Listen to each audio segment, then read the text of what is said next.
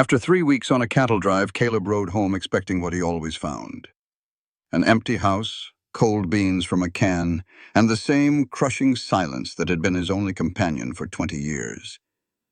But tonight, smoke curled from his chimney, light glowed from his kitchen window, and the smell of his mother's beef stew drifted through the air. Someone was in his house. He grabbed his rifle and pushed open the door, ready for anything, except this. A woman stood at his stove, stirring a pot like she owned the place. She didn't even flinch when he walked in. "You can set that rifle down, Mr. Rourke," she said calmly. "Supper is almost ready." She was a widow from Boston, a school teacher with nowhere to go, and she had just set 2 plates on his table, as if she already knew he was tired of eating alone. What happens when a man who built walls around his heart meets a woman brave enough to walk right through them? The lesson. Sometimes the life you never planned becomes the life you always needed. Courage isn't the absence of fear. It's setting 2 plates on a stranger's table and believing that together is better than alone. If you believe the right person can change everything, drop a comment below, hit subscribe, and ring that bell. Because stories like this remind us it's never too late to let love in. After 3 hard weeks on a cattle drive, Caleb felt every one of his 42 years. The work paid well, but money couldn't fill the quiet emptiness of his life. For years, silence had been his only partner. As his small ranch came into view, he expected to find it dark and empty, just like he'd left it. But tonight, a thin ribbon of smoke was curling from his chimney, and a warm light glowed from the kitchen window. Somebody was in his house. Caleb's jaw set hard. In 20 years, he'd never had trouble with thieves, but times were changing. He rode closer, slow and careful, his hand resting on his rifle. But this didn't feel like a robbery. The woodpile was stacked neat, the porch was swept clean, and there were new curtains in the windows. He tied his horse about 20 yards out, his heart pounding a little. He pulled his rifle from its scabbard and walked toward his own front door like it belonged to a stranger. That's when the smell hit him. A rich beef stew, seasoned with herbs that reminded him of his mother's cooking from 30 years ago. A deep, forgotten hunger twisted in his gut. The door was unlocked, just as he'd left it. He pushed it open, rifle first, ready for anything, and there she was. A woman stood at his stove, stirring a pot like she'd been doing it her whole life. She didn't even jump when the door creaked open. "You can set that rifle down, Mr. Rohr," she said, her voice calm and clear. It had a sound from back east, not from around here. "Supper is almost ready." Caleb just stood there, speechless. "Who in the world are you?" he finally asked. She turned, her gray eyes looking straight at him. "My name is Eleanor Finch. I'm the new school teacher. I needed a place to stay, and folks said your house was empty." Caleb lowered his rifle, but he didn't put it away. "Ma'am, you broke into my house." "The door was unlocked," she corrected him. "And I've cleaned the place and restocked your food. I've been here for 10 days. You're welcome." The pure nerve of it all left him stunned. "I could have you thrown in jail," Caleb said, his voice low. Eleanor just carried 2 bowls of stew to the table he hadn't shared in 15 years. "You could," she agreed. "But then you would have to ride all the way back to town, find the sheriff, and you'd miss a fine meal. Or you could sit down and we can talk about this like sensible folks." She sat down and looked at him, waiting. Every part of Caleb wanted to run her off his land and get back to his quiet life. But the stew smelled too good, and he was just plain worn out. He leaned his rifle against the wall, hung up his hat, and walked to the table. It felt like stepping into a whole new country. He took his first bite, and the taste of that stew, so much like home, just about broke him. It was the first meal someone had cooked just for him in a lifetime. They ate without a word for a while. "Why?" he finally asked. "Why my house?" "The boarding house in town was full," Eleanor said simply. "And I didn't feel safe there. I asked around about you. People said your place would be private and secure. The way she said it made him sit up a little straighter. He knew what people in town thought of him, the quiet man who kept to himself. "And what did they say about me?" he asked, a sharp edge to his voice.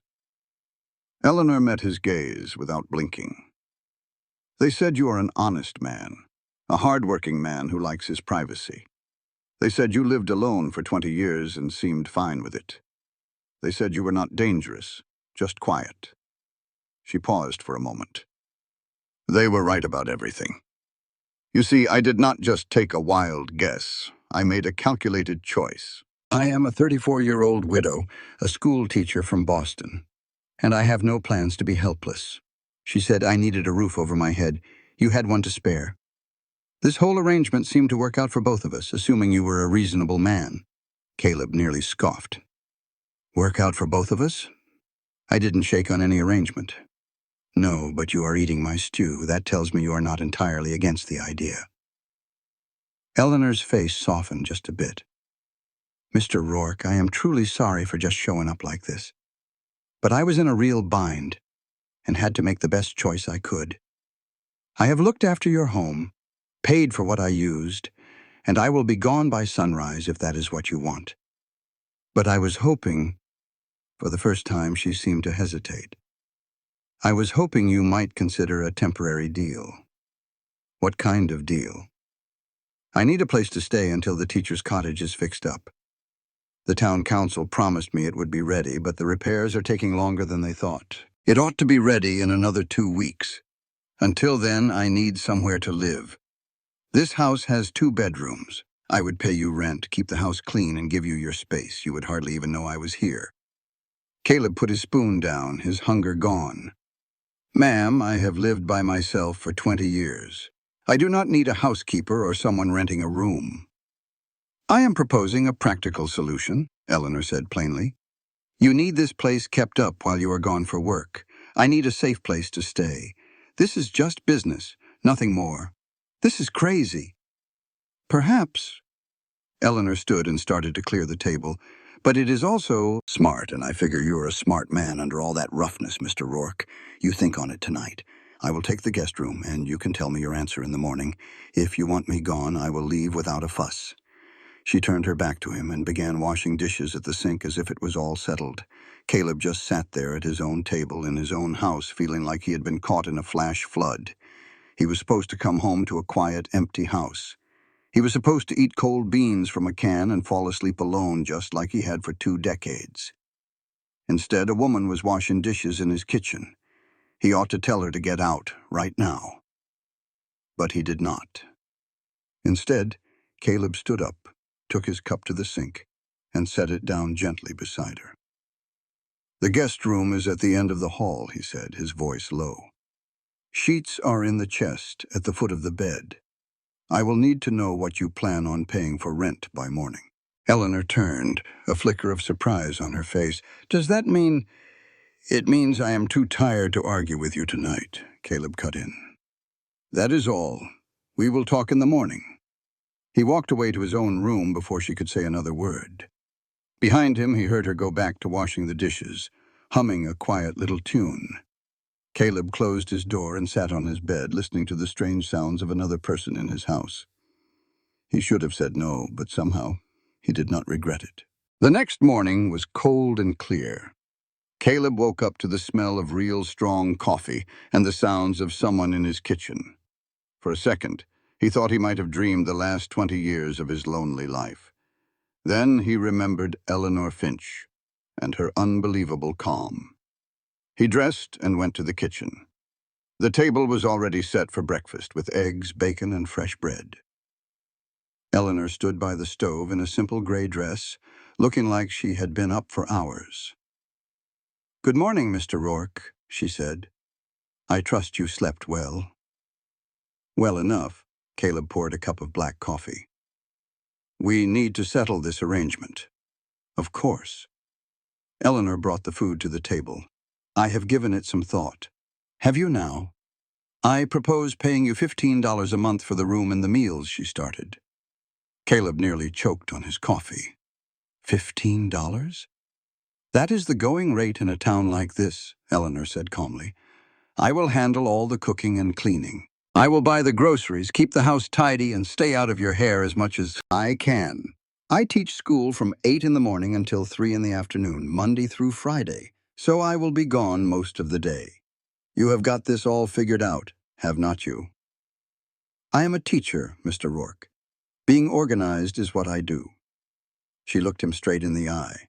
I know this is unusual, but I give you my word I will respect your home and leave as soon as the cottage is ready. You will make a little money off a room that was just sitting empty, and you will come home to a hot meal instead of a cold can of beans. It sounds like a fair trade. She was right. Dang it, she was right, and they both knew it. Caleb put his coffee cup down hard. 2 weeks, that is it. The second that cottage is ready, you are gone. Agreed. Eleanor held her hand out across the table like a man sealing a deal. Do we have an arrangement, Mr. Rourke? He looked at her small, steady hand. Every bone in his body told him to say no, to send her away and get back to his quiet life. But the coffee was good, and there was something about the look in her eyes that made him believe her. Caleb reached out and shook her hand once. 2 weeks, he said again. Not 1 day more. Eleanor smiled, a real smile this time, and it made her truly beautiful. 2 weeks, she agreed. And just like that, Caleb Rourke's quiet life started to change. For the first 3 days, they mostly stayed out of each other's way. Eleanor was true to her word. She got up before the sun, made breakfast, and left for the schoolhouse before Caleb was even done with his morning chores. She would come back in the afternoon, cook supper, eat, and then go to her room with her books. They barely spoke. More coffee? Thank you. I am heading to town tomorrow. Supper will be ready at 6. It should have been just fine. This was the deal he had made. 2 people sharing a house without really sharing a life. But the quiet in the house felt different now. It was filled with little sounds that reminded him he was not alone anymore. Her footsteps, the rustle of papers, and the soft, tuneless song she hummed while she cooked. On the 4th day, Caleb decided to do something different. He came inside from fixing a fence and found Eleanor in the kitchen making supper. She gave him a little nod, their usual greeting, and went back to her cooking. Caleb washed up, but instead of going to his room, he poured 2 cups of coffee. He set one down on the counter beside her. Eleanor looked at the cup and then at him, clearly surprised. Figured we might as well talk, Caleb said, leaning against the counter, seeing as we are living under the same roof and all. And all. A warm smile finally touched Eleanor's lips. That sounds real nice, Mr. Rohr. Just Caleb, he told her. Mr. Rohr is my old man. Caleb, then, she said, wrapping her hands around a warm coffee mug. And please call me Eleanor. They stood there in the comfort of the kitchen while she cooked, the quiet between them finally settling into something easy. How's the schooling going? Caleb finally asked. A light came into her eyes. It is a challenge, but a good one. The children are smart as whips, just behind where they ought to be. Seems the last teacher was more interested in a bottle than a book. She stirred some flour into a pot. I have 17 students, from 6 all the way to 14 years old. Most are ranchers' kids, and a few from town. They are mighty curious about the Eastern woman who expects them to read proper books. Caleb watched her. You like it? It was not a question. He could hear it plain as day in her voice. I love it, Eleanor admitted. This is why I came out west. Not for adventure, but to make a difference somewhere I was truly needed. What made you leave a place like Boston? The question slipped out before he could stop it, a little too personal for their simple arrangement. But Eleanor did not seem to mind. My husband passed on 3 years ago, she said, her voice steady. We were married 5 years, and his family never did think I was good enough for him. After he was gone, they made it clear I was not welcome. I could have stayed, a poor widow. Or, she met his gaze, I could start over new somewhere I was wanted. I chose to come here. There was no plea for sympathy in her words, just the plain facts. Caleb knew that tone well. He had used it himself for 20 years. "No family back there?" he asked.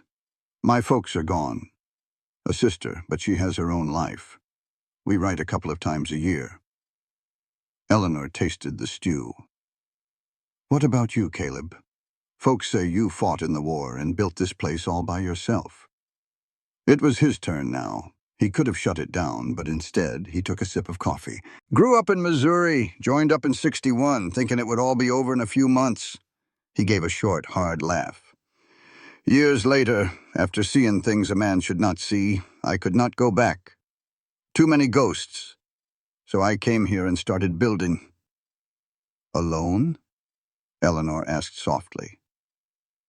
"Alone," Caleb confirmed. "Always seemed safer that way."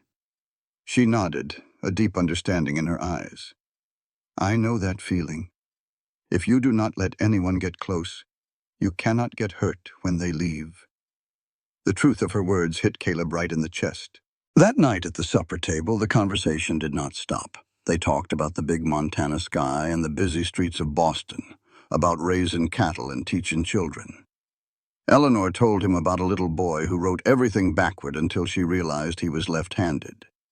Caleb told her about a newborn calf he kept alive by his stove for 3 days during a blizzard. It all felt so natural. And somewhere between the chicken and dumplings, Caleb realized the 2 weeks he had agreed to did not feel nearly long enough. On Sunday, Eleanor rode into town for church. Caleb did not go. He had left God behind in a muddy trench in Virginia. But when she returned that afternoon, something was wrong. She walked in the door with her shoulders set tight, and her mouth a thin, hard line, going straight to her room without a single word. Caleb stood there, unsure of what to do. Their deal did not cover this sort of thing. He should just leave her be. Instead, he found himself knocking on her door. "Eleanor, you all right in there?"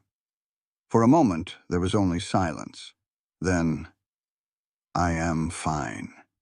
She was not fine. He knocked again. "Can I come in?"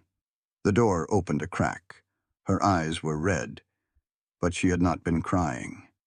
"What happened?" he asked. Eleanor gave a bitter laugh. "Town gossip. I suppose I should have seen it coming. A few of the church ladies cornered me. They said my living out here with you, a single man, is a scandal. They told me I am setting a poor example for the children." Anger, hot and quick, flared up in Caleb's gut. "What did you say?" "That it is a temporary business arrangement and our private lives are our own concern," she said, twisting her hands in her lap. "They suggested I find another place to live, immediately. When I told them there is no other place, they hinted that I should go back to Boston before I ruin my reputation and yours." "That is a load of bull," Caleb said, his voice flat. "Pardon the language, you needed a roof over your head, and I had a spare room. There is nothing improper about it." "I know that," she said, looking up at him. "But I will not be the cause of trouble for you, Caleb. If this is hurting your good name—" "Eleanor," he stepped into the room, closing the space between them. "I have not given a damn what those people in town think of me for 20 years. I am not about to start now just because a few busybodies have nothing better to do." A look of gratitude washed over her face. "Thank you," she whispered. Caleb hesitated for a second. "If you want to stay on past the 2 weeks, you are welcome to. This arrangement, it works. No reason to change it." The offer surprised him as much as it did her, but he did not take it back. He had gotten used to the lamplight, to the quiet company, to meals that did not taste like ash in his mouth. He had gotten used to her. Eleanor's eyes went wide. "Caleb, I could not possibly—" "Why not? It works for me, and it works for you." "But the talk, it will die down," Caleb said, crossing his arms. "The real question is, do you want to stay?" She walked to the window, looking out at the mountains and the endless sky. When she turned back to him, her mind was made up. "I want to stay," she said, her voice clear. "For as long as this arrangement works for us both." "Good," Caleb nodded. "Then it is settled. Anyone has a problem with it, they can come talk to me. He started to leave, but her voice stopped him. Caleb, why are you really doing this? It was a fair question. He thought about the long, quiet years, the empty chairs at his table, the loneliness he had wrapped around himself like a coat. He thought about her setting out 2 plates that first night. Because, he said, the words feeling new in his mouth, for the first time in 20 years, I do not want to be alone anymore. Eleanor crossed the room, and to his complete surprise, she took his hand in hers. Neither do I, she whispered. And right there in the doorway, something new and fragile and full of hope began to take root in the quiet ranch house. Anymore, Caleb Rohr knew that having 2 plates on his table was a new beginning. It was a chance for something he believed he had lost a long time ago. That small hope, so new and unexpected, was more than enough. The weeks that followed settled into a routine that was both new and old. Eleanor kept teaching, and Caleb kept ranching. They filled the time between with conversations that grew longer each day. As spring turned to summer, they learned each other's ways and built their own little traditions. They had coffee together every morning before Eleanor left for school. Supper was at 6 o'clock sharp. They sat together at the table where 2 plates were now the norm. On Saturday mornings, Eleanor worked in her vegetable garden while Caleb fixed equipment nearby. The gossip in town kept on, but Caleb stood by his promise to pay it no mind. When some church ladies cornered him one Saturday, he gave them a hard look. He said, Ms. Henderson, Ms. Price, I thank you for your concern. But what I do on my own land is my own business. Good day. He walked off before they could say another word. When he told Eleanor about it that night, she laughed so hard she cried. You told Ms. Price to mind her own business? She asked through her laughter. She has been the town's moral judge for 30 years. Well, Caleb said, trying to hide a smile, she can go judge somewhere else. A warm June brought longer days and a letter that changed everything. One evening, Eleanor found Caleb in the barn. She was holding a piece of paper and her face was hard to read. What is that? He asked. A letter from my late husband's family. They are coming to Montana. Eleanor's voice was flat, but Caleb saw the worry in her shoulders. They will be here in 2 weeks for a meeting. After 3 years of silence, they suddenly want to meet, Caleb said, standing up. Why? The letter just says it is about James's estate. Eleanor put the paper in her pocket. I thought that was all settled. His family made sure I got nothing. Do you want me there with you when they come? Eleanor looked up, surprised. You would do that? Of course I would. Caleb stepped closer and put a hand on her shoulder. You face down the town gossip for me. The least I can do is stand with you when your in-laws arrive. Eleanor's hand came up and covered his. They stood there for a moment in the quiet barn. Thank you, Eleanor said in a soft voice. I have a feeling this is not going to be a pleasant visit. She was right. Harrison and Margaret Finch arrived 2 weeks later. They looked at Eleanor's new life with disgust. They looked at Caleb like he was dirt on their shoe. The Finches came to Caleb's house, but it was Eleanor's territory now, and she made sure they knew it. They sat stiff as boards on her parlor settee, sipping tea like it was poison. Harrison Finch started in with that thick Boston accent of his, dripping with condescension. He said they had an offer for her. Eleanor sat across from them with Caleb standing right behind her chair, a solid wall at her back. She just said, I'm listening. Margaret Finch, pursing her lips, explained that Eleanor's late husband, James, had left her a trust fund, a big one, but they'd convinced the lawyers to keep it under family control until she, as they put it, remarried appropriately, to someone with the right name and money. Eleanor's back went ramrod straight. Harrison had the nerve to say it was for her own good. Then came the number. $50,000, Margaret said. That much money could have saved Eleanor from years of hardship. And now, after 3 long years, they were ready to release it. But Caleb knew there was a catch. There always is. The deal was simple. Eleanor had to pack up and go back to Boston, give up her teaching job here in Montana, and for goodness sake, stop this unseemly arrangement living with a common rancher.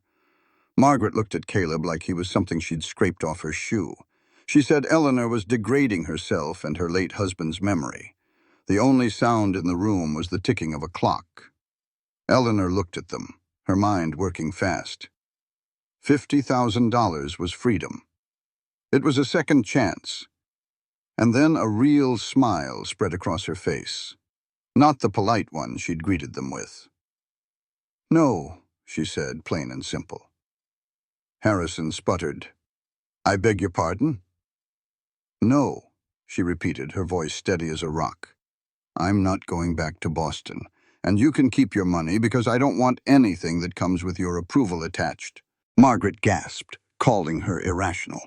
But Eleanor just stood up and walked over to Caleb, and his hand found hers without even thinking. "I've lived without that money for 3 years," Eleanor said. "I can keep living without it. I came out here to build a life that was my own, not one you all laid out for me. And I found it here. I found a home." Her voice hitched just a little as she looked up at Caleb. "I found someone who sees me as an equal, not some problem to be managed." That was enough for Caleb. "You've said your piece," he said, his voice cutting sharp. "Now it's time for you to leave." The Finches left in a cloud of dust and indignation. Standing on the porch, Caleb said quietly, "You just turned down a fortune." "I know," she answered, turning to him with no regret in her eyes. "But it came with a price I wasn't willing to pay. This life, this house, you. It's worth more to me than any amount of money." Something broke loose inside Caleb's chest that had been locked up for 20 years. He looked at the woman who had filled his empty house with life. "Eleanor," he said, his voice a little rough, "that first night I found you in my kitchen, every bit of sense I had told me to send you on your way." She smiled a little. "But you didn't." "No," he said, touching her cheek, "because a part of me knew you were going to change everything." "Is that a bad thing?" she asked softly. "No," he said, and he meant it more than anything. "It's the best thing that's happened to me in 20 years. And then he kissed her, right there on the porch, as the sun went down. It was a kiss that felt like coming home. When they parted, he pulled her close. "Would you consider making this arrangement permanent?" he asked. "Not as my tenant, as my wife. What do you say, Eleanor? Want to keep setting 2 plates for the rest of our lives?" She laughed and stood on her toes to kiss him again. "Yes," she said against his lips. "Absolutely, yes." Well, news travels faster than a prairie fire in a small town. Within 3 days, everyone within 20 miles knew the hermit rancher and the scandalous school teacher were getting hitched. The whole thing started when Eleanor bought some blue cotton fabric at the general store and mentioned she needed a dress made up quick for a wedding. Tom Wheeler, Caleb's closest neighbor, rode over 2 days later with a big grin on his face. "Heard you're getting tied down," Tom said, leaning on the fence where Caleb was working. "About damn time someone broke through that wall you built around yourself. She must be something special." "She is," Caleb said, and the way he said it made Tom's grin get even wider. Tom lit a cigarette and asked a straight question. "You happy?" Caleb thought about it for a second. He thought about waking up knowing she was just down the hall, about the feeling of riding home to her every evening. A real smile touched his own lips. "Yeah," he said, and he knew it was the truest thing he'd said in years. "I am. She says the wedding is a disgrace and we are both damned for our living arrangement." Caleb just snorted. "Margaret Price can go to hell." His friend Tom took a long pull from his drink. "But you should know not everyone is against you. A lot of folks think it is romantic. The lonely rancher and the widow from the East finding each other." "It is not romantic," Caleb grumbled, turning back to his work. "It is practical." "You keep telling yourself that," Tom said with a chuckle. "But I see how you look at her. That is not practical, my friend. That is the real thing." After Tom left, Caleb thought about those words. The real thing. He had stopped believing in that a long time ago, somewhere on a battlefield. Love was for men who had not seen what he had seen. But Eleanor made him want to believe in it again. That evening he found her in the kitchen and wrapped his arms around her from behind. "Tom Wheeler says we are romantic," he whispered. Eleanor laughed and leaned back against him. "Are we? I do not know. I have never been romantic before." "Well, you did ask me to marry you after I turned down $50,000. That seems pretty romantic to me." She turned around to face him. "Unless you want to take it back." "Not a chance," Caleb said, and he kissed her. "You are stuck with me now, Eleanor Finch." "Good," she whispered back, "because I am not going anywhere." Tom was probably right. Maybe this was the real thing. The next 2 weeks were a flurry of wedding plans. Eleanor taught all day and sewed her blue wedding dress at night. Caleb worked the ranch and tried not to think about how much his life was about to change. He wanted this. But sometimes, late at night, the old fears would creep in. What if he was not good enough for her? What if all those years alone had broken something inside him? What if she woke up one day and realized she had made a huge mistake? One night, he found Eleanor by the fire grading school papers. She looked up and saw the worry on his face. "Cannot sleep?" she asked him gently. Caleb just shook his head and sat down. "Been thinking. That is a dangerous thing to do," she said with a small smile. "About whether I am doing the right thing, marrying you." He held up a hand when she started to protest. "It is not because I do not want to. I truly do. But Eleanor, I have been on my own for 20 years. I do not know how to be what you need." Eleanor looked at him for a long moment. Then she knelt by his chair and took his hands. "Caleb, do you know what I thought when I first came into this house? That I was a fool for leaving my door unlocked." She laughed softly. "No. I thought, here is a man who knows how to build something from nothing. This house, this ranch, you made it all yourself. You did not wait for anyone's permission. You just did it. That is different from a marriage, is it?" Eleanor held his hands tighter. "I was married before. I loved him, but he never saw me as his equal. He made my choices for me. He thought protecting me meant keeping me small." Her voice got stronger. "You have never treated me like that. From the very first night, you have treated me like a partner." "You did break into my house," Caleb reminded her, trying to make her smile. "And you let me stay," she said, touching his cheek. "You are afraid you will fail me, and I'm afraid I will disappoint you. I think that just means we are both human. We are scared, but we are brave enough to try." Caleb pulled her onto his lap and held her tight. "When did you get so smart? I am a school teacher. It comes with the job." She rested her head on his chest. "We are going to make mistakes, Caleb. We will argue and have bad days. But I would rather have all of that with you than be perfectly lonely without you." "Me too," Caleb said. "Scares the hell out of me." "But me too." They sat by the fire until it was nothing but embers. When they went to bed, Caleb slept better than he had in a long, long time. 1 week before the wedding, another letter came. This one was delivered by a special rider, which meant it was urgent. Caleb saw Eleanor reading it on the porch. Her face was pale as a ghost. He climbed down from the barn roof and went straight to her. "What is it?" Eleanor just handed him the paper without a word. It was from some big-shot law firm up in Boston using $10 words to make themselves sound important. Caleb had to read the thing twice before it sank in. "They're changing the deal on the trust," he said slowly. "They're plenty sore that I turned down their first offer." Eleanor's voice was wound tighter than a fiddle string.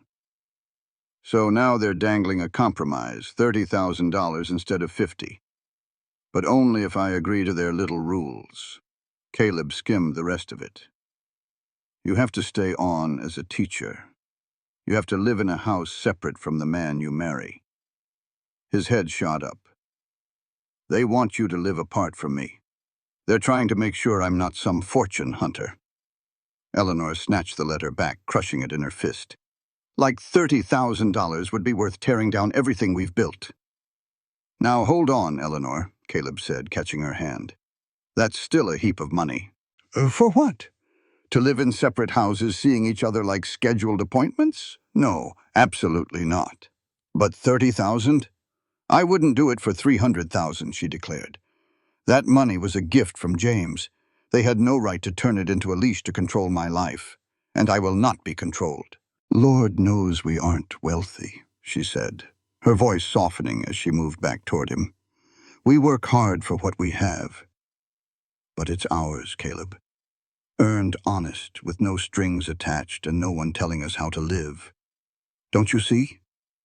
If I take that money, I'm admitting they were right to try and manage me, that I can't be trusted. He pulled her in close, the truth of her words settling deep in his bones. You're right. I'm sorry. I know you were just trying to look out for me, she murmured against his chest. But I don't need a man to protect me. I need a partner who respects my choices, even when they seem downright crazy. She looked up, her eyes clear and certain. Will you help me write the reply? Let's tell them exactly where they can keep their conditional money. It would be my absolute pleasure, Caleb said, and he meant every word. That evening they composed the letter in Eleanor's elegant script. Their joint decision laid out in language that was polite but final. When it was sealed, she stared at it for a long moment. Any regrets? Caleb asked softly. Only that I didn't do this 3 years ago, she replied, handing him the letter. Please mail this tomorrow before I come to my senses. He kissed her forehead. You won't. You're the most bull-headed woman I've ever met. Good thing you like stubborn women, then. Good thing, he agreed, taking the letter that chose love over money. The wedding was set for Saturday. They planned it for the little church in town with a get-together at the community hall afterward. Despite the gossip from some corners, Eleanor's students insisted on helping, decorating the church with wildflowers they'd picked themselves. Several local ranch families offered to bring food. Even the skeptical Mrs. Price pitched in a cake, though she made it known this wasn't her official approval. On Friday night, tradition said they had to spend it apart. Eleanor stayed in town with Mary Sullivan, one of the few women who'd been a true friend. Caleb was supposed to stay at the ranch, but then Tom Wheeler showed up carrying a bottle of whiskey and some strong opinions. You are not spending your last night as a free man all by your lonesome, Tom declared, planting himself at Caleb's kitchen table. It's against the natural order of things. I've spent the last 20 years alone, Caleb pointed out. Exactly my point. It's time to break that pattern, Tom said, pouring 2 generous glasses. They toasted new beginnings and the brave women who put up with stubborn fools. A few glasses later, Tom got philosophical. You know what your problem has been all these years? He asked. You thought being alone made you strong, made you safe. It worked well enough, Caleb muttered. Did it? Tom leaned forward. You built this ranch into something fine, but you also built walls so high nobody could climb them. It takes a special kind of woman to just walk through the door and set 2 plates on the table like she belongs there. Caleb thought about that first night, how Eleanor stood at his stove, completely refusing to be scared off. She is special. You're damn right she is. And she chose you, Tom said, refilling their glasses. Tomorrow, when you're standing up there, you remember that she chose you, Caleb. Not the ranch, not security, not 'cause she had nowhere else to go. She chose you, knowing exactly who you are, broken pieces and all. Those words hit harder than the whiskey. Caleb had spent so long thinking of himself as damaged goods, not worth anyone's love. But Eleanor had seen all of that and picked him anyway. I'm going to spend the rest of my life making sure she doesn't regret it, Caleb said quietly. Now you're getting it, Tom said, raising his glass one last time. To tomorrow. They drank until the bottle was dry and Tom was sleeping on the floor. Caleb lay in his bed, head spinning pleasantly, thinking that the next time he slept in this room, Eleanor would be beside him. Instead of being terrified, it felt like the most natural thing in the world. The morning came too early and way too bright, but they cleaned up, made themselves look decent, and headed to a church that was already filling up with folks curious to see the hermit rancher actually get married. Caleb stood at the front in a new suit that felt stiff and strange. Tom stood beside him as his best man, looking only slightly the worse for wear. "You ready for this?" Tom asked. Before Caleb could answer, the church doors opened and Eleanor entered. The sight of her drove every single thought from Caleb's mind. She wore a simple blue dress she'd made, holding a little bouquet of wildflowers. But it wasn't the dress that made Caleb's breath catch. It was the way she looked right at him as she walked down that aisle, her gaze steady and sure and absolutely certain. No hesitation, no doubt. Just Eleanor, choosing him all over again with every step she took. She reached the front and took his hand, and Caleb forgot all about the crowd and the gossip. There was only the woman standing before him. The Reverend started in with the usual words about love and commitment, but Caleb barely heard them. He was focused on Eleanor, on the way her thumb traced little circles on his palm.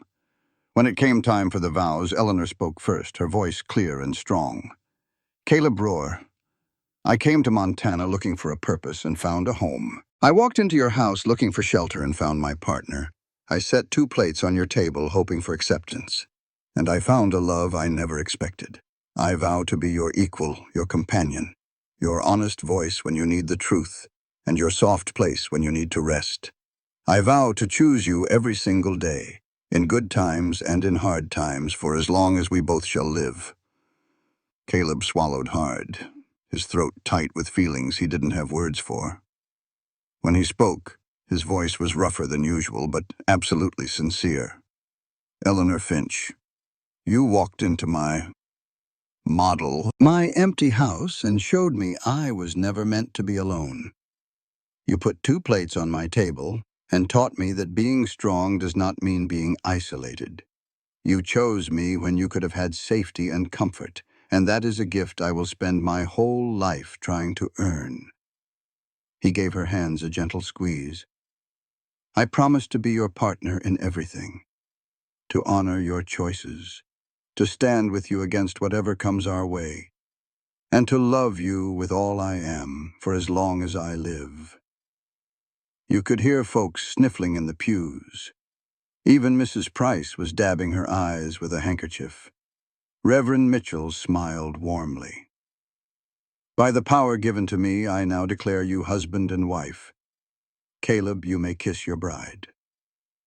Caleb held Eleanor's face in his hands and gave her a soft, deep kiss, sealing the promise they had just made.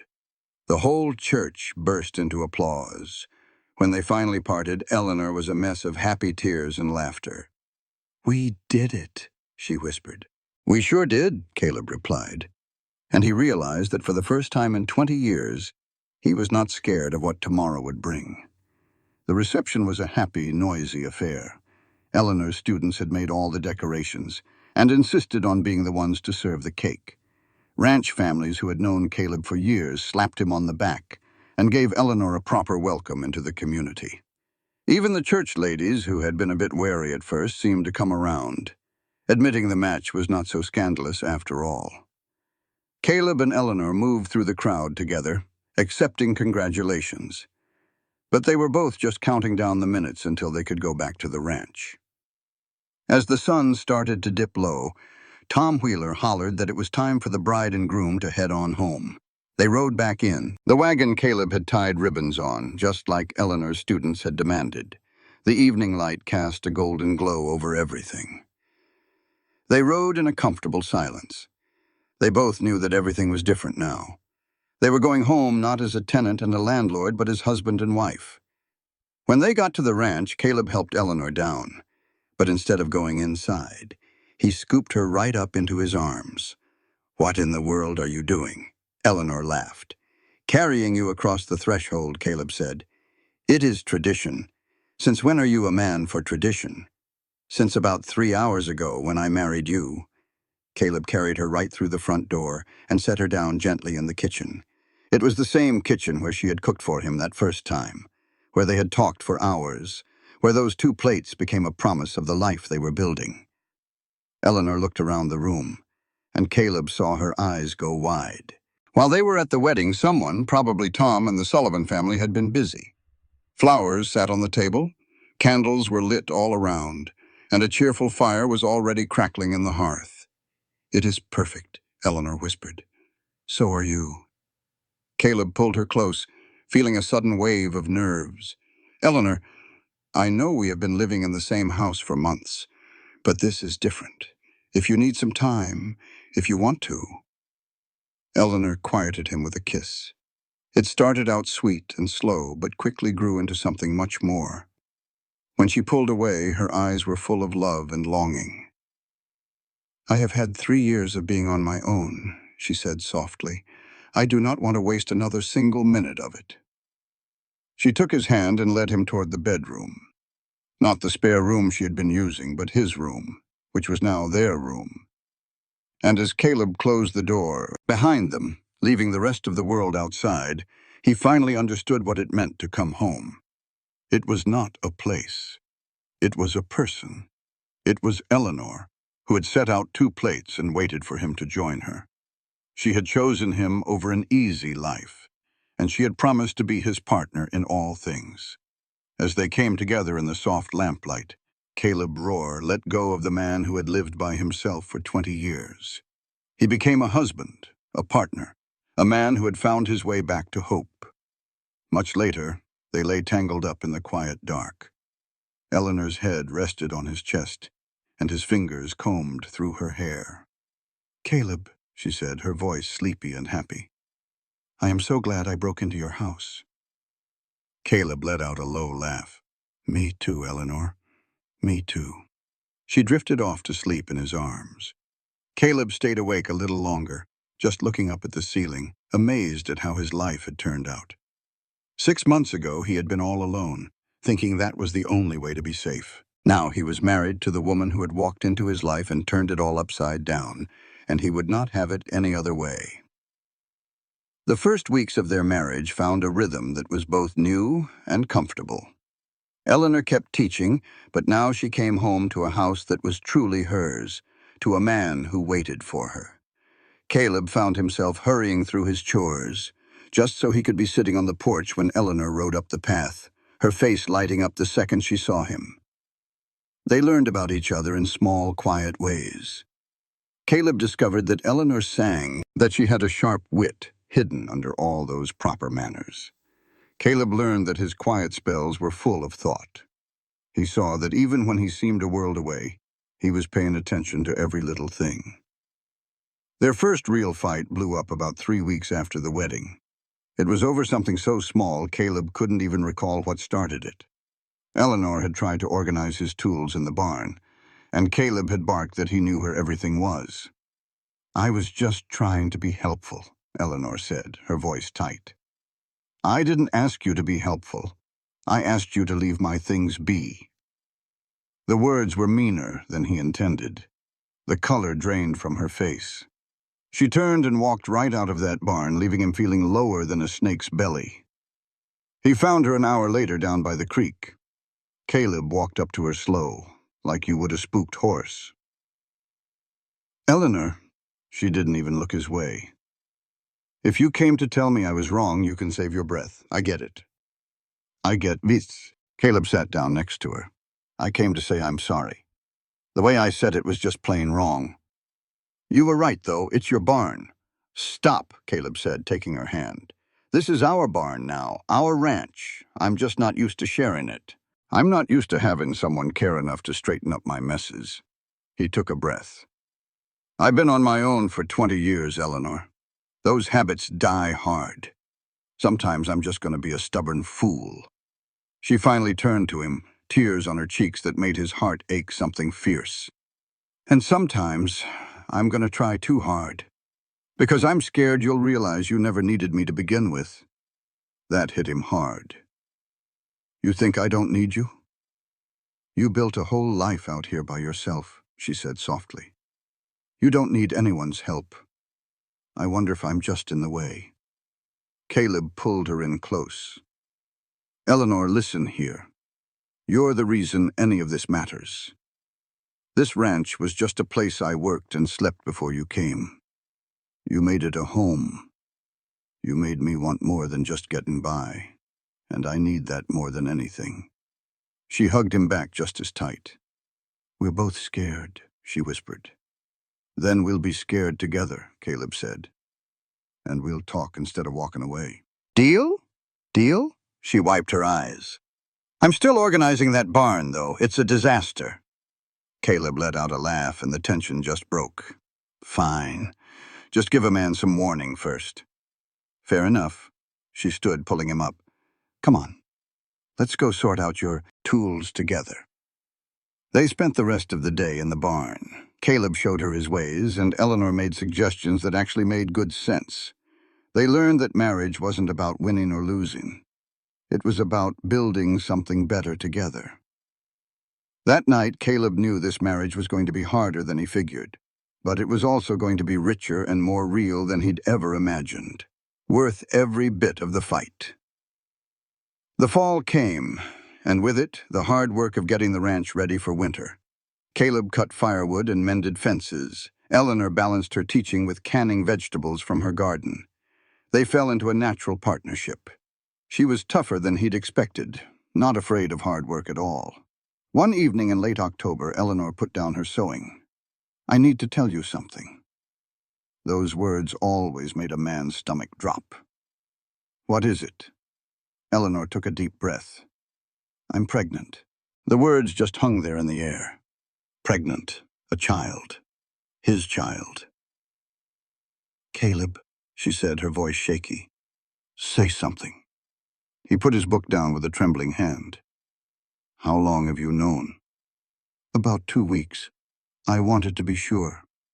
She twisted her hands in her lap. "I know we never talked about having children."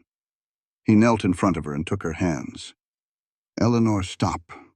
I'm scared to death right now. I don't know the first thing about being a father." His voice cracked. "But I'm also happy. Scared and happy all at once."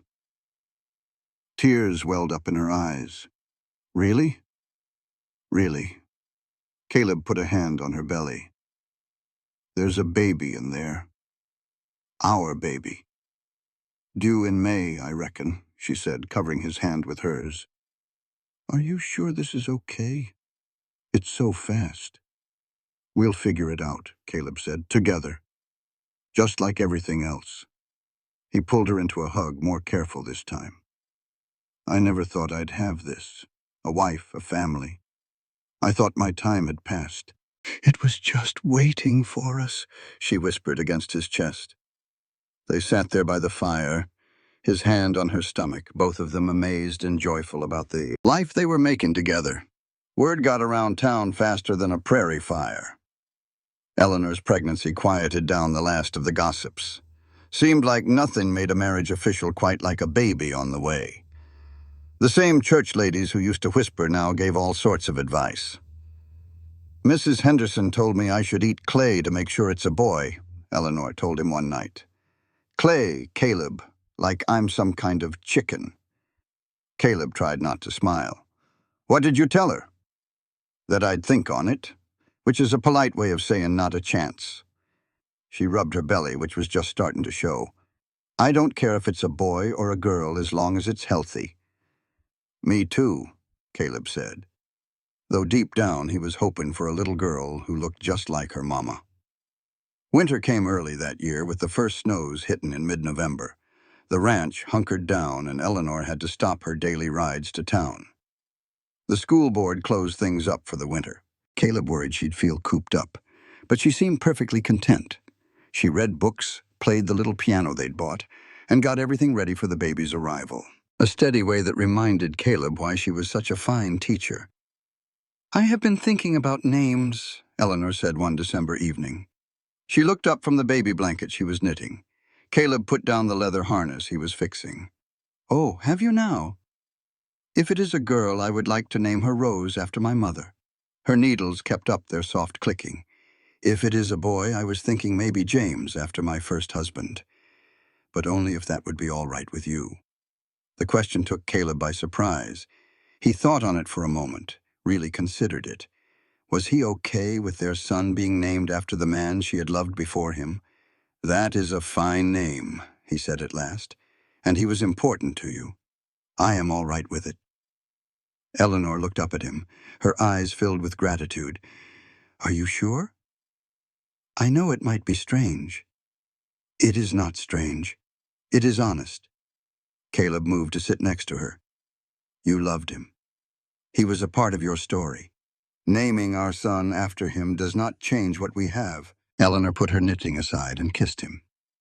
"How did I ever get so lucky to find you?" "I reckon I am the lucky one," Caleb said quietly. "You are the one who walked into a stranger's house and set 2 plates on the table." "Best thing I ever did," Eleanor said, and Caleb had to agree. January brought a bitter cold and snow that piled up in huge drifts against the house. Caleb spent his days making sure the livestock were safe, breaking ice on the water troughs and hauling hay. Eleanor's pregnancy moved right along. You could clearly see her belly growing now. They were snowed in for 3 solid weeks, unable to get to town or have any visitors. Caleb had worried it might make Eleanor feel trapped. Being snowed in like that could drive folks plumb crazy, but for Caleb and Eleanor it was different. They found a closeness that was both powerful and easy. They'd talk for hours on end and play cards by the warmth of the fire. Eleanor told him about her proper Boston upbringing and how she kicked up dust by choosing to be a teacher instead of just getting married off. Caleb talked about his family's farm back in Missouri. A simple life he figured was his destiny before the world turned upside down. One night, with the wind howling something fierce outside, she asked him, "Do you ever regret it? Leaving everything behind to come out here all alone?" He pulled her close, her back resting against his chest. "I used to," he admitted. "But if I'd left, I never would have met you. I never would have had this house for you to sneak into." She teased, "So you're saying it was fate?" He kissed her shoulder. "I don't know about fate, but I know right now I'm exactly where I'm meant to be." Where? The big storm finally gave up in late January. Their first visitor was Tom Wheeler, whose horse had to fight through snow clear up to its chest. "Just wanted to make sure y'all hadn't gone and killed each other yet," Tom said, kicking the snow from his boots. 3 weeks stuck together can test any marriage. Eleanor poured him a hot coffee. "We managed just fine." Caleb grinned and knew it was the honest truth. Tom stayed for supper, sharing news from town. "Folks are already planning a big welcome for the baby," he told them. "You're part of this community now, like it or not." Eleanor's smile was warm. "I don't mind that one bit. It feels good to belong." After Tom rode off, they stood on the porch watching the sun set, painting the snow in shades of gold and pink. "I never really belonged anywhere before," Eleanor said softly. "But this place," she said, looking out at the ranch and the mountains, "this is ours." Caleb put an arm around her. "It sure is," he said, "our home. Our—" By the time February rolled in, Eleanor was carrying their precious child with a slow and careful grace. Caleb watched her all the time, a mix of pure awe and stark terror churning inside him. One evening he found her in the baby's room, her hand resting on the small cradle he had built. Her mind seemed a million miles away. "You all right?" he asked gently. She smiled. "Just thinking. Caleb, what if I'm no good at this? What if I don't know the first thing about being a mother?" He pulled her into a hug. "You'll be a wonderful mother," he promised. "You're the strongest, smartest woman I've ever known. We'll be right here beside each other, making mistakes and figuring it all out together." She looked up at him, her eyes searching his. "You're scared, too?" It wasn't a question. He nodded. "Terrified. I don't know how to do this any more than you do." He touched her cheek. "But I know I'll love this baby with all my heart. And I love you. That's got to be enough." She whispered, "It's everything," and kissed him. March brought the big thaw, turning the world to mud. Eleanor was getting tired of being pregnant. "I can't even see my own feet anymore," she grumbled one morning. Caleb knelt down and tied her boots for her. "Just a little while longer," he said softly. She ran her fingers through his hair. "Thank you for being so patient with me. I know I've been a little cranky." He stood and helped her up. "You're growing a person from scratch. I reckon you've earned the right to be a bit irritable." They took a slow walk around the ranch, hand in hand. The world was waking up after the long winter. "Next year will be different," Eleanor said, catching her breath. "We'll have a little one with us." Caleb smiled at the thought of a small child running between them, discovering the world. "It's going to be chaos," he said. Eleanor agreed. Beautiful chaos. They headed back to the house, two people who had found each other against all odds, ready for whatever came next. Caleb was heading out for the day's work, saddling his horse. He couldn't help but shake his head, thinking how a man's whole world could turn upside down in less than a year. He went from a lone rancher to a husband, and now he was about to be a father. He never planned for any of it, but now he couldn't imagine life without it. April brought warmer days and made Eleanor more and more uncomfortable. The baby was due in May, but she had a feeling it might show up early. Caleb, trying not to show his worry, asked her, "How can you tell?" Eleanor just gave him a knowing smile and said, "A woman just knows," which didn't help calm his nerves one bit. He made sure everything was set. He had supplies for the birth, fresh blankets ready, and the midwife in town, Mrs. Sullivan, knew she might get a call any day. He tried to keep his mind on his work, but he'd find himself riding back to the house just to check on Eleanor several times a day. On the morning of April 23rd, Caleb felt a shake on his shoulder. It was Eleanor, her face looking pale in the dim light before dawn. "It's time," she said softly. "The baby's coming." Caleb shot right out of bed, his heart pounding in his chest. "Are you sure?" he asked. Eleanor winced, holding her belly. "I'm very sure. You need to ride into town and get Mrs. Sullivan. Tell her the pain started about an hour ago." Caleb was stunned. "An hour? Why didn't you wake me sooner?" "Because you need to leave right now," she said, her voice tight but steady. "And I knew you'd argue about leaving me here by myself. Caleb, please, just go." Every part of him wanted to stay, but he knew she was right. He threw on his clothes faster than he ever had, gave Eleanor a hard kiss, and ran for the barn. The ride to town felt like it took forever. Mrs. Sullivan, a widow who'd helped bring dozens of babies into the world, didn't waste a second. She grabbed her bag, hopped up on the horse behind Caleb, and they took off back to the ranch. They found Eleanor in the bedroom, walking slow circles and breathing through pains that were getting stronger. Mrs. Sullivan took charge with a calm that settled the room, and Caleb found himself sent to the front room. He wore a path in the floor, pacing and worrying while his wife worked in the other room. It was the longest day of his life. The hours all ran together. The only thing that marked the time was hearing Eleanor cry out every now and again. It made Caleb want to bust down the door and take all her pain away. Mrs. Sullivan would come out every so often to give him news. She'd say everything was moving along as it should and that Eleanor was doing fine. She kept saying it wouldn't be much longer. But not much longer stretched through the afternoon and into the evening. When the sun finally set, Caleb thought he might just go crazy. Then, in the quiet darkness, he heard it. A small, shaky cry that was brand new. Caleb jumped to his feet. Mrs. Sullivan appeared in the doorway, holding a little bundle and wearing a big old smile.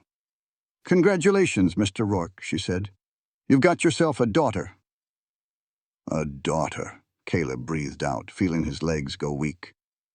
He had to put a hand on the wall to steady himself. "Is Eleanor all right?" "She's worn out, but she's just fine. Come on and meet your little girl. Then you can go see your wife." Mrs. Sullivan gently placed the bundle in his arms. He looked down at a tiny, red-faced baby wrapped up tight. She was perfect, with a little bit of dark hair, and her eyes squeezed shut. "Hello, Rose," Caleb whispered, using the name they'd picked out. At that moment, Something inside his chest just broke wide open. A powerful, protective love washed over him, bigger than anything he'd ever known. The little baby quieted down when she heard his voice. Caleb just marveled at her, no more than 7 or 8 pounds, but feeling like she held the whole future. "You can go on in now," Mrs. Sullivan said softly. "Eleanor's been asking for you." Caleb carried Rose into the bedroom. Eleanor was propped up on pillows, looking exhausted but so beautiful. She smiled when she saw them. "There's my family," she said, her voice soft. Caleb sat down carefully on the bed, holding Rose so Eleanor could see her. "She's perfect. You did so good." "We did good," Eleanor corrected him, gently touching Rose's tiny fingers.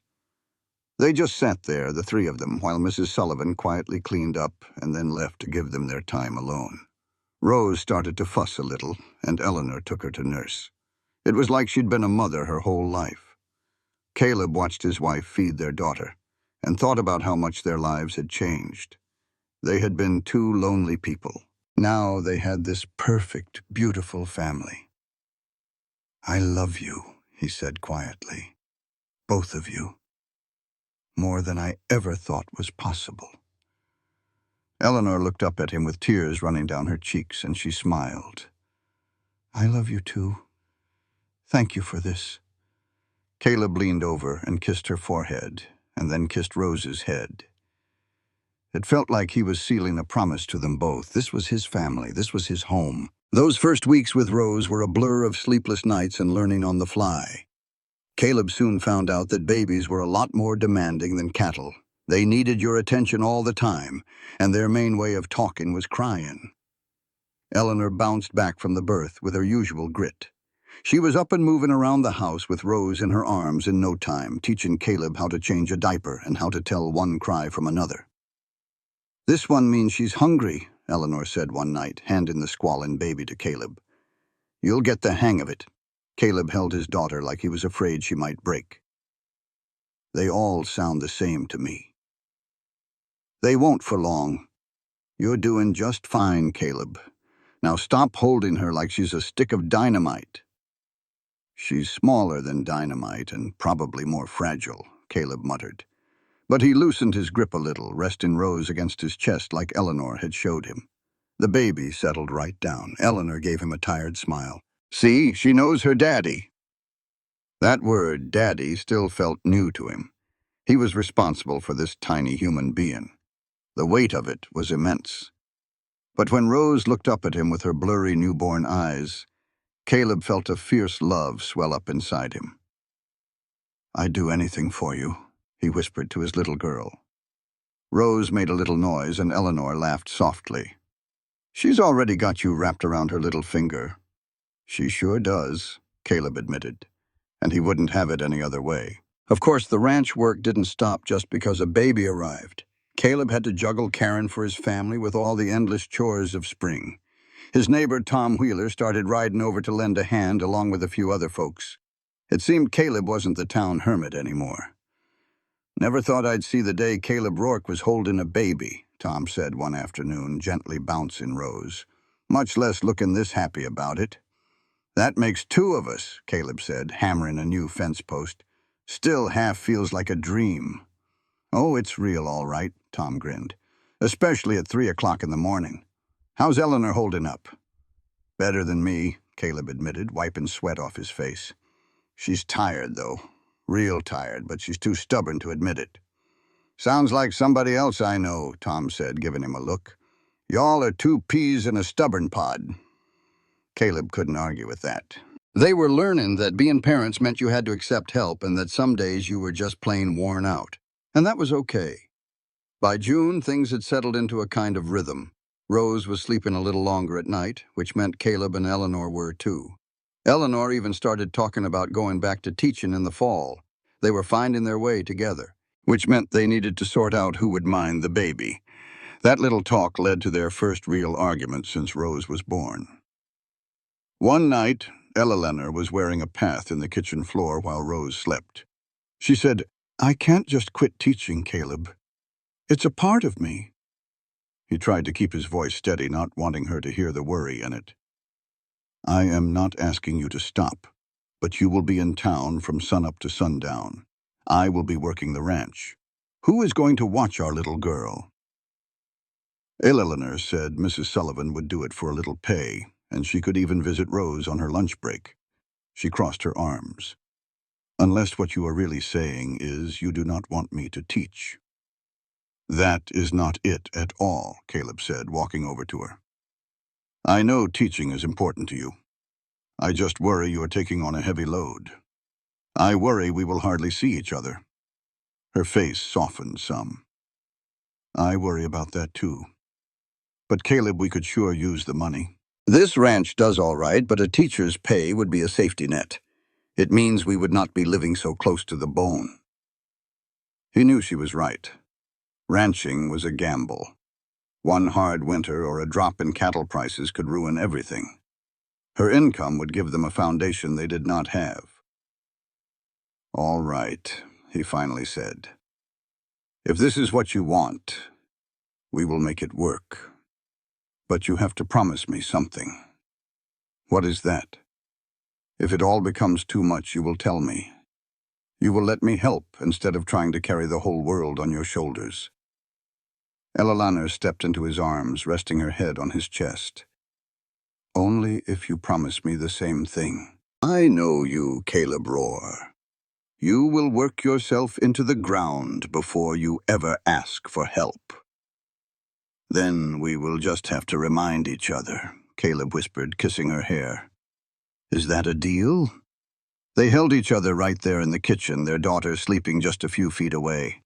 Caleb figured this was what being married was all about, a constant give and take, choosing to be a team even when things got tough. The blazing heat of July brought a strange letter with it. Caleb picked it up from town, eyeing the fancy Boston postmark with a bit of distrust. He gave it to Eleanor when he got home and watched her face change from curious to stunned. "It is from the Finch family lawyers," she said, reading it over a second time. "They are changing the terms of the trust." Caleb's stomach knotted up. "What do they want from you now?" "Nothing."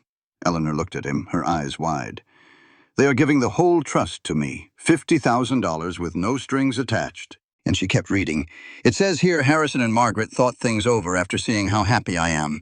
They realized their rules were unfair." The news should have been a relief, but a cold feeling settled in Caleb's gut. That does not make any sense. They were so stubborn about those conditions. Why would they change their minds now? Eleanor read a little more, and her face shifted again. This time it was surprise mixed with a sudden understanding. "There is a personal note from Margaret. She says they came to Montana back in May. They stayed in town for a few days without telling anyone. They wanted to see how I was really living." Caleb's voice turned hard. "They were spying on you?" "It seems so, and they saw me with Rose. They saw us as a family." Eleanor's voice got thick with feeling. "Margaret wrote that she saw me in the store with our daughter. She saw the way you look at both of us and how the town has taken us in. She said she realized I had found real happiness, the kind you cannot buy or control." Eleanor gave him the note. The fancy handwriting somehow felt genuine. Margaret Finch admitted she had been wrong and had tried to run Eleanor's life out of a misplaced need to protect her. Seeing Eleanor with a family of her own had shown her that some things were more important than high society. "She is apologizing," Eleanor whispered. "After 3 years of making my life a trial, she is actually saying she is sorry." Caleb pulled her close as she started to shake with relief and a sense of justice. "What do you want to do?" Eleanor was quiet for a long moment. Then she looked him square in the eye with that grit he loved. "I want to accept it. Not because we have to, but because it is what James wanted. This is his last gift to me. A part of it will be saved for Rose's future. Another part will help us expand this ranch to buy more land and build the dream you have always had. And," Eleanor's eyes lit up, "I want to use a piece of it to build a real school here. Something bigger and better for all the children in this valley." The picture she painted was big and generous, just like her.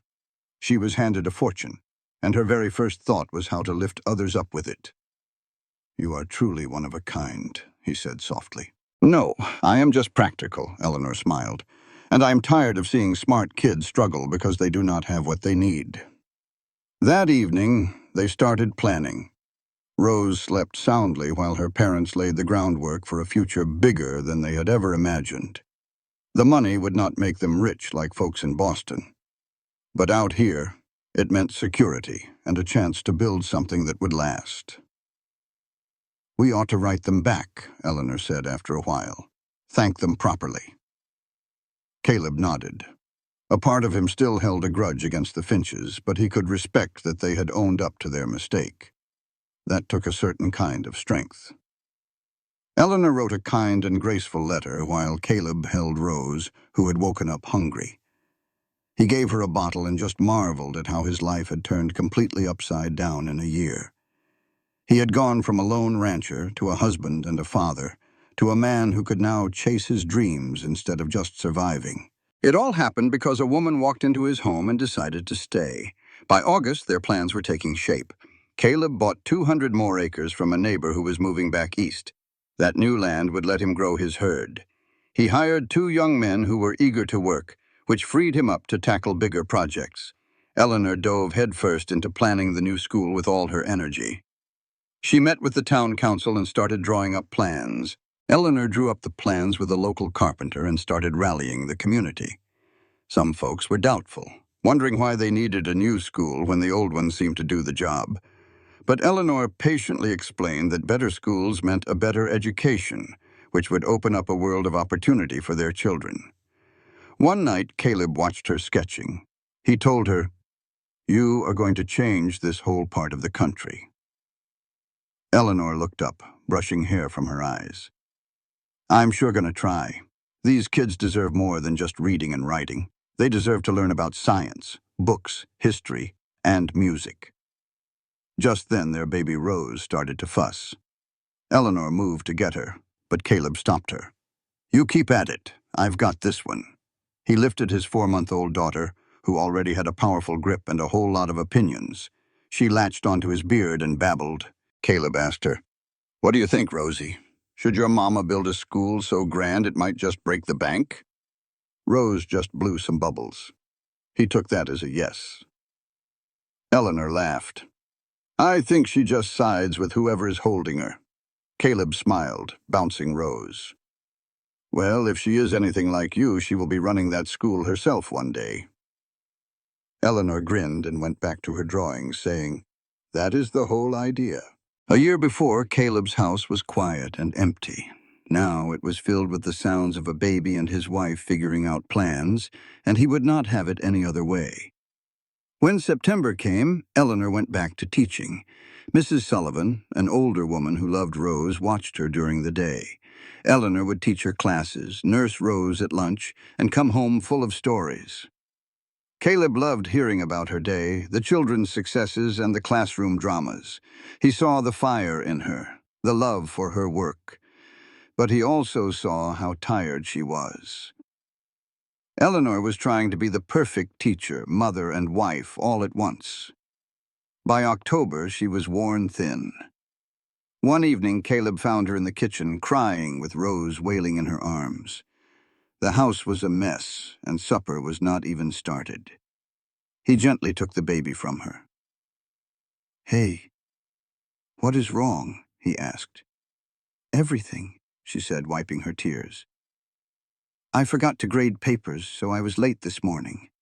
Mrs. Sullivan was put out." Rose was fussy all day. Maybe she is teething. Then a school board meeting ran late, and I forgot to stop for groceries. Now Rose will not stop crying, and I cannot even start dinner. Her voice cracked as she spoke. "I am just failing at everything." Caleb placed Rose back in her cradle, ignoring the baby's fussing, and pulled Eleanor straight into his arms. "You are not failing at a single thing. You are just worn clean out from trying to do too much." "I can handle it," Eleanor insisted, though her body was shaking. "Being able to is a long way from meaning you should have to." Caleb led her to a chair and knelt down in front of her. Eleanor, you are teaching school all day, being a mother, planning a whole new school building, and trying to run this house. That is just too much for one person. Other women can manage it. Other women are not trying to change the face of education in Montana while raising a new baby. Caleb took her hands in his. Now, here's what we are going to do. I'm going to hire that housekeeper we talked about. Somebody to help with the cooking and cleaning, so it is not all on you. You are going to take Wednesdays off from that school board planning. And we are going to stop thinking you have to be perfect. Eleanor looked at him, her eyes full of tears. I do not want to be a burden. You are not a burden. You are my wife and my partner, and you are running yourself ragged trying to prove you can do it all alone. Caleb kissed her forehead. Let me help you. Let other folks help. That is not weakness, Eleanor. That is just plain wisdom. Eleanor finally sagged against him, all the fight just draining out of her. I am so tired, Caleb. I know you are. So, we are going to make some changes. Starting right now, I am fixing supper. You are going to take a bath and get to bed early. Rose and I will figure it out. No arguments. Those are husband's orders. Caleb helped her get up. Now go on before I have to carry you to the bath myself. Eleanor was too tired to argue, and Caleb managed to whip up a simple supper while keeping Rose happy. It was not fancy, but it was good enough to eat. When Eleanor came out from her bath, she looked more relaxed than she had in weeks, and she even managed a real smile. Thank you, she said softly. Nothing to thank me for. This is what partners do. Caleb handed her a plate. Now, you eat, then get to bed. Rose and we have got an understanding for tonight. The next day, he rode into town and hired Martha Jenkins, a widow who needed the work, to help around the house 3 days a week. Martha was efficient and all business, which was a blessing. Eleanor fussed a little about the cost, but Caleb reminded her that with her teaching money and the trust, they could surely afford it. More than that, they needed the help if they wanted to keep their heads above water. I know you want to do it all yourself, Caleb told her that evening, but being married means we do things together. And that includes asking for help when we need it. Eleanor sighed, but finally nodded. You are right. I just wanted to prove I could be the modern woman who has a career and a family without giving anything up. You are that woman. But even modern women need a hand now and then. Caleb pulled her in for a hug. Besides, if you wear yourself out, who is going to keep me organized? I would be a mess. Eleanor had to laugh. That would be a true disaster. Exactly. So, you see, you are really doing this for me. Eleanor leaned against him, finally accepting the help because he had framed it as something he needed. They were figuring this partnership thing out, day by day. By November, things were running smoothly. Martha was a godsend with the cooking and cleaning. Eleanor had stepped back from some of the school committee work, letting other folks carry some of the load. The project was still moving right along. Rose was now 6 months old and growing like a weed. She was sitting up on her own and grabbing for everything with her chubby little hands. She had Eleanor's gray eyes and Caleb's dark hair, and a stubborn streak that promised she was going to be a handful. She tried to climb right out of her cradle this morning, Mrs. Sullivan told Eleanor one afternoon. Pulled herself right up on the rails. It will not be long before she is on the move. Eleanor looked at her daughter with a mix of pride and a little bit of fear. Already? She's only 6 months old. Some babies just get going early. This one is going to keep you on your toes, Mrs. Sullivan said, handing Rose over. She's a smart one, too. Watches everything. Figures things out real fast. That evening, Eleanor told Caleb about Rose's great escape, and they both had a good laugh. She gets that from you, Caleb said with a grin. The climbing part or the stubborn part? Both. Caleb watched his daughter, whose face was all scrunched up as she tried to reach a toy. That little girl is going to be unstoppable. We are in for it, Eleanor said, but she was smiling from ear to ear. Probably, Caleb agreed, but at least we are in it together. December brought the first big snow and their first winter as a family of 3. Rose was fascinated by it all, pressing her little hands against the cold window pane and cooing at the white world outside. On Christmas Eve, they sat together by the fire. Just 2 years ago, Caleb had spent the holiday all alone. Now his house was filled with love and the sweet chaos of a baby who thought evening was the perfect time to be wide awake. "Do you think we should start a Christmas tradition?" Eleanor asked, bouncing Rose on her knee. "Something we do every year." Caleb thought for a moment. "We could read a story together. Every Christmas Eve, we read the same book." Eleanor's face lit up. "I love that idea. I have the perfect one, A Christmas Carol." She got the book, and Caleb read the story out loud while Eleanor held a sleepy Rose, and the fire crackled in the hearth. They finished the story even after Rose had drifted off, starting the first of many Christmas traditions to come. "Merry Christmas, Eleanor," Caleb said when he closed the book. "Merry Christmas, Caleb." She leaned over and kissed him. "Thank you for all of this. I should be the one thanking you. You walked into an empty house and made it a home." Eleanor smiled. "We did it together."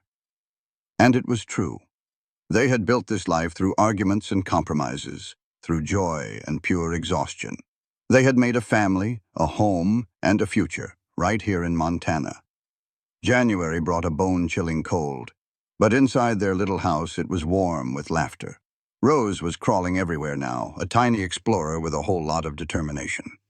Eleanor got word that construction on the new school would start in the spring. The whole community had pitched in, making it their school, not just hers. Caleb's ranch was doing better than ever, and he was finally starting the quality breeding program he had always dreamed of. One night in late January, as the fire burned low and Rose was asleep in her cradle, Eleanor turned to Caleb. She had a look on her face that was a mix of nervous and excited. "I have something I need to tell you," she said. Caleb's heart gave a little jump. "You are pregnant again." Eleanor's eyes shot open. "How did you know?" "You get that same look," he said. "Happy and scared all at the same time." Caleb pulled her in close. "Another baby." He asked, "How are you feeling about it?" "Overwhelmed," she admitted. "Rose is not even a year old. I do not know how we will handle two babies, my teaching and the new school." "The same way we have handled everything else," Caleb said, "together, one day at a time." Eleanor gave a shaky laugh. "You make it all sound so easy." "It is not easy," he said, "but we can do it." He kissed her. "Besides, Rose will have a brother or sister close to her age. They can drive us crazy together." "Absolutely," Caleb said with a smile. "But it will be our kind of crazy. Our family." Eleanor leaned against him, her hand on her belly. "Our life," she repeated. "I like that." Sitting by the fire, Caleb thought about how much his world had changed. A house that was once empty was now overflowing with life. One woman's simple courage had built a future he never dreamed of, full of noise and love. The spring of 1888 arrived, bringing both promise and chaos. Eleanor's pregnancy was going well, but chasing their 1-year-old daughter Rose, who had just learned to walk, left her drained by day's end. The new school had broken ground in March. The schoolhouse rose from the Montana soil, a real testament to what folks with grit could build together. Caleb felt stretched thinner than a $2 steak between the ranch, helping with little Rose and making sure Eleanor was all right. She was teaching, carrying their next child, and overseeing the whole school construction. But Lord, he had never been happier. One evening in April, Eleanor dropped onto the sofa after putting Rose to bed. "This is just plumb crazy," she said. "I am teaching all day, pregnant, watching a school get built, and trying to keep our little girl from breaking her neck on the furniture." Caleb sat down and pulled her tired feet into his lap. "Well, darling, we were thinking we wanted a family. We just didn't quite figure on how much work it would all be." "That's the understatement of the century," she said. But she was smiling, with her hand on her belly. "This little one is a whole lot more active than Rose ever was." Eleanor tried to get comfortable. "Mrs. Sullivan figures the baby will arrive in August. That gives me the summer to get back on my feet before school starts." "You are not planning on teaching right up to the very last minute, are you?" Caleb asked, though he already knew the answer. "Of course I am. Those children need a steady hand." Her tone was a little sharp, like she was ready for a fight. But Caleb knew when to hold 'em and when to fold 'em. Just promise me you will rest when you need to. No playing the hero. No heroics, she agreed. But a little smile played on her lips. They both knew she would work as hard as she always did. Then, May brought a surprise visitor. Caleb was out working on the new barn when he spotted a fancy carriage coming up the road. It looked expensive and out of place, the kind you only saw back east. His gut clenched. The Finches. He headed for the house to give Eleanor a heads up, but she had already seen it. She was standing on the porch, holding Rose on her hip, with a calm but watchful look on her face. Harrison and Margaret Finch stepped out of the carriage. They looked a little older and maybe a little softer than Caleb remembered. Margaret's eyes went straight to Rose, and her whole expression just seemed to crumble. "Eleanor," Harrison said, his voice quiet, "thank you for seeing us." "You did not send a letter saying you were coming," she answered, her voice steady. "We were not sure you would have us if we did," Margaret said, stepping forward. "Is this... may I?" Eleanor paused for a second, then gave a small nod. Margaret moved closer, and Rose, who was never shy, reached out and touched the older woman's cheek. Tears welled up in Margaret's eyes. "Oh, she is beautiful," she whispered. "She has the look of James when he was a baby." Mentioning Eleanor's lost husband, their son, just hung there in the air. Caleb came and stood right beside Eleanor, a quiet sign of his support. Margaret finally seemed to notice him. "Mr. Rourke," she said. And to Caleb's surprise, she held out her hand. "Thank you for making my daughter-in-law happy." The apology was not spoken, but it was clear as day. Caleb shook her hand. "She makes herself happy. I just do my best to keep up." Harrison cleared his throat. "Could we perhaps talk inside? We have come a very long way." They all went into the parlor. Rose started playing on the rug while Martha Jenkins brought in some tea, efficient and quiet as always. Caleb watched the Finches look around the simple, comfortable room. He could practically see their old assumptions about Eleanor's life starting to fall apart. "The school," Harrison began. "We have heard about it. Word gets all the way to Boston when someone builds a real school out here in Montana territory."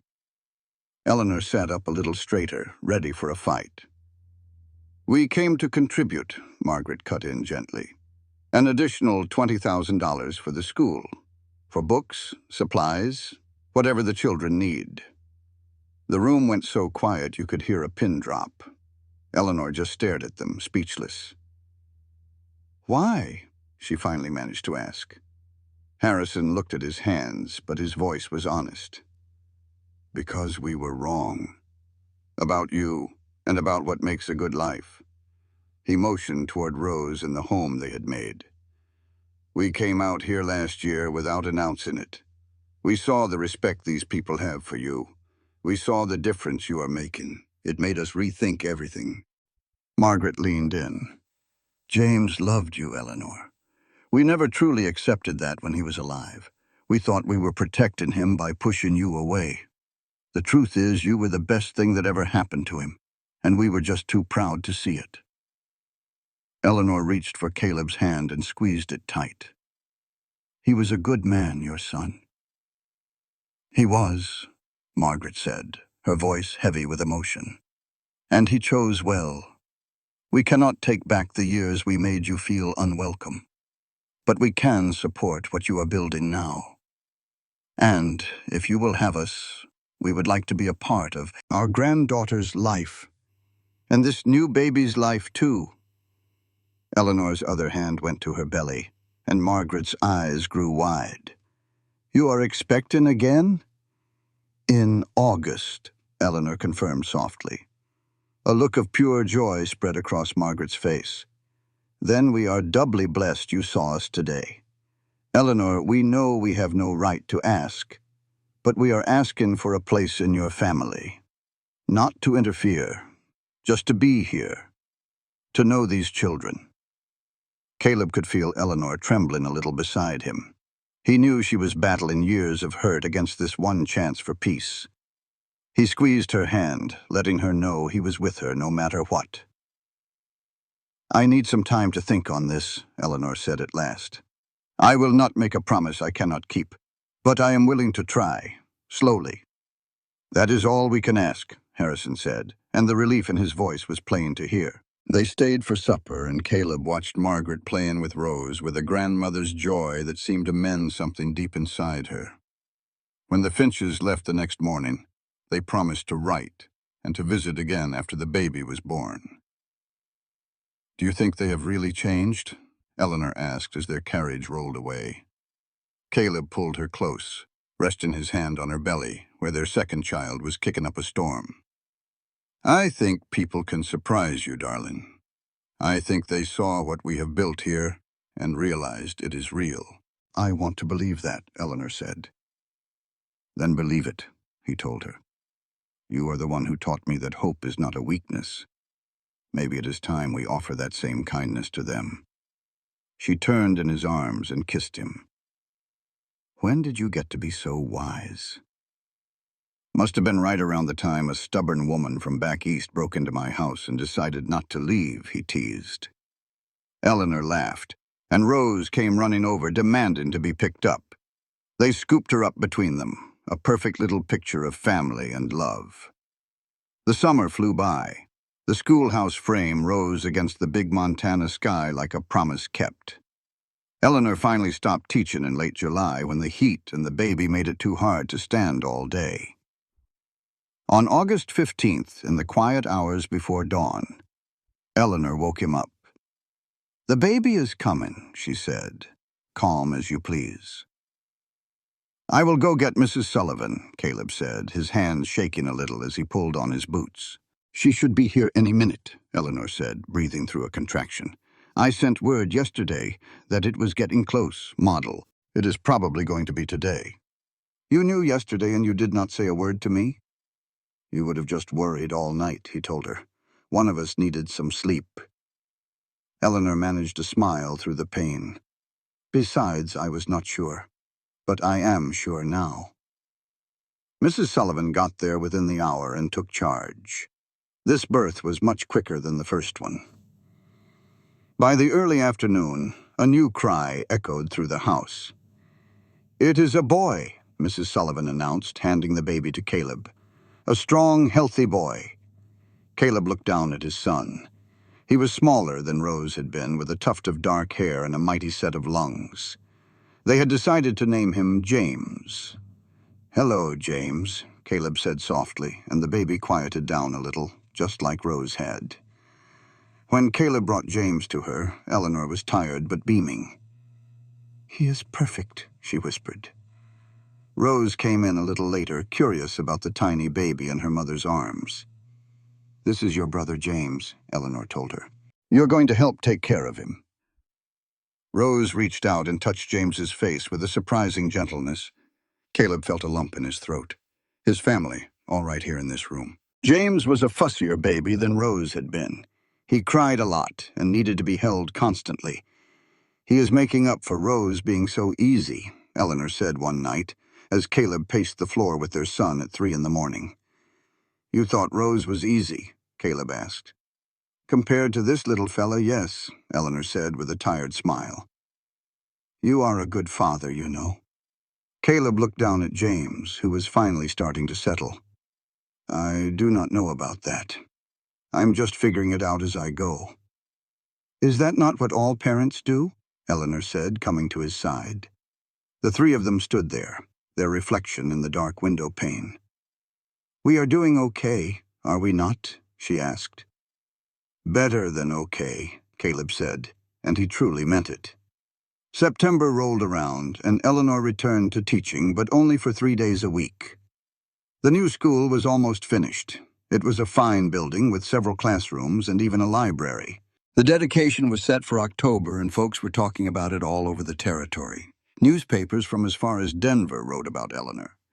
"You are famous," Caleb teased her one evening as he read an article about his wife. "I am practical," she corrected him, nursing James while watching Rose try to climb the table. "People are just noticing, instead of just talking about it. You did a whole lot more."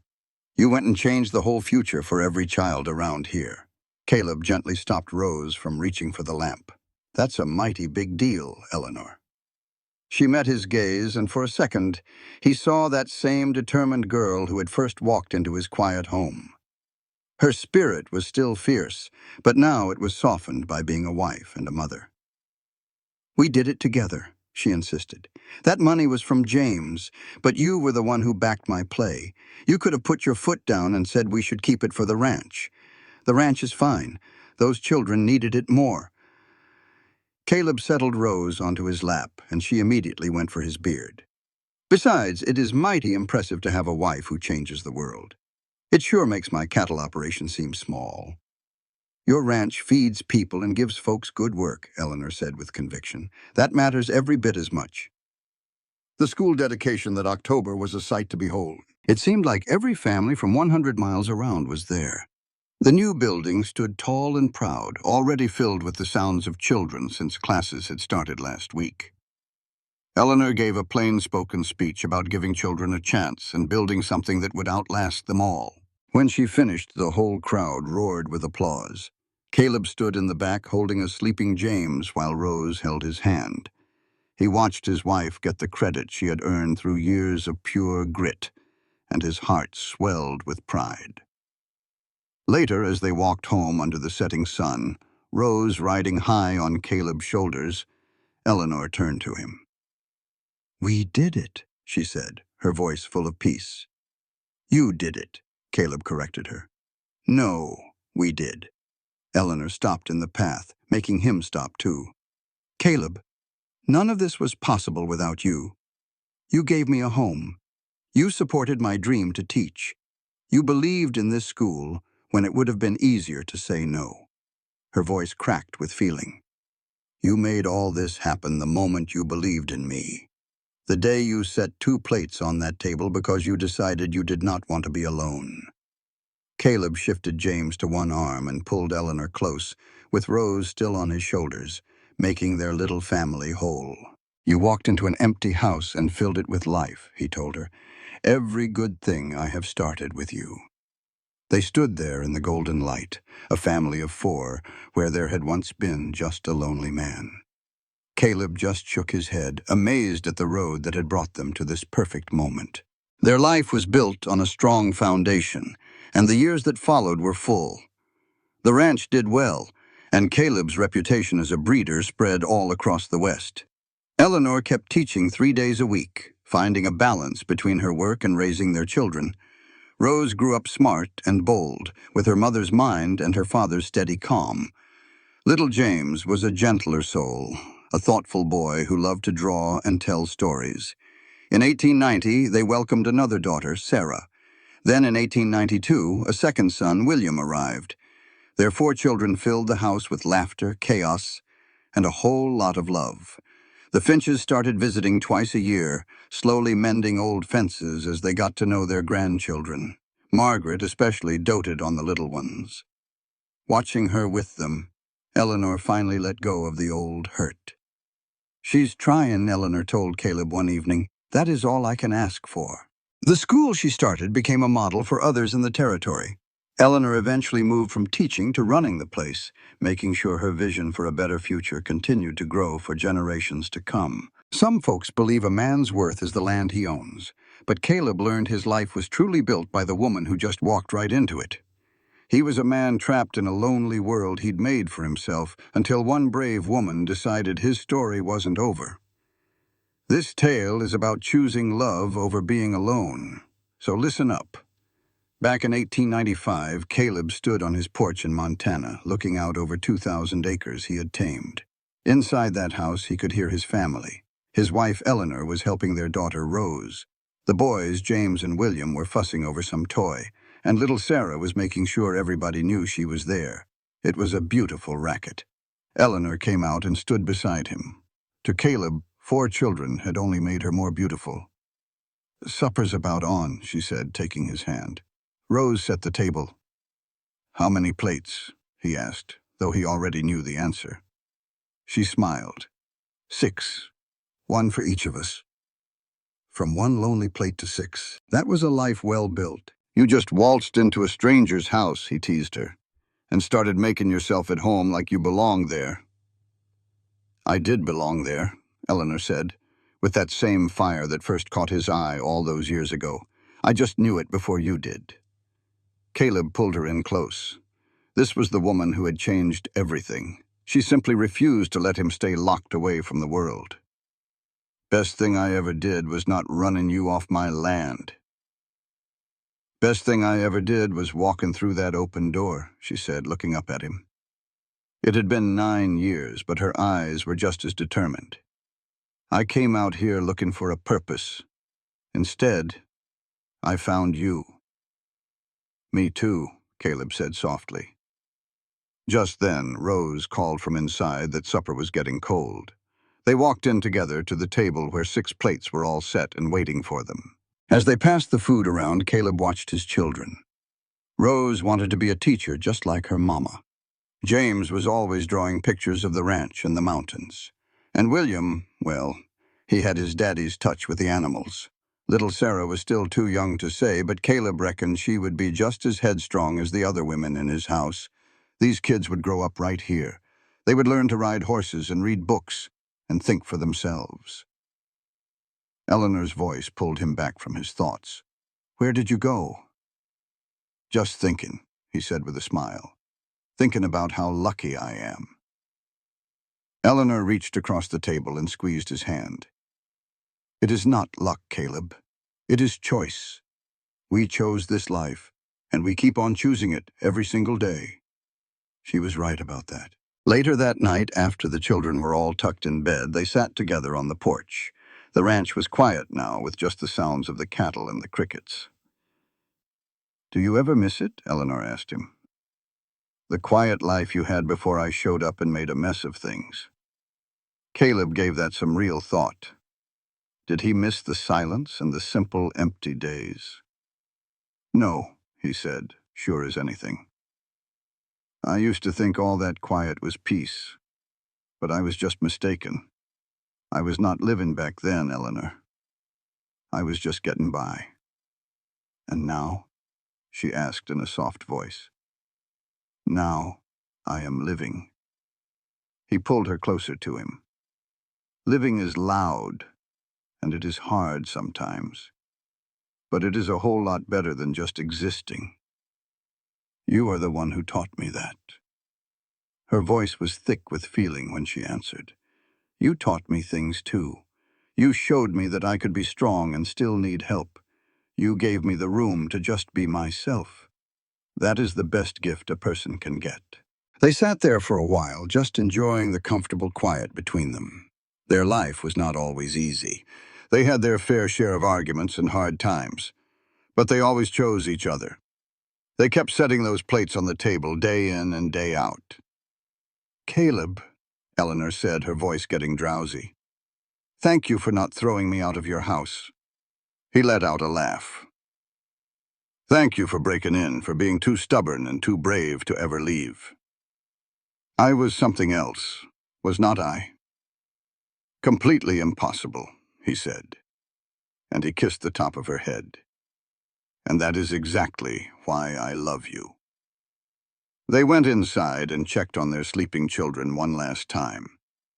As Caleb lay in bed with his wife beside him, he thought about how his world had become everything he never knew he wanted. That empty house was now a real home, full of noise and full of love. It all started because one brave woman set 2 plates on a table, believing that together was better than alone. 2 plates. That one small act of courage started a whole lifetime of love. It was enough. It was more than enough. This content was carefully researched, developed, and manually edited by our team to deliver meaningful stories with valuable life lessons. Every narrative is crafted to entertain, inspire, and empower our audience. We believe that great stories can change lives, and we are committed to bringing you content that matters. Thank you for being part of our community.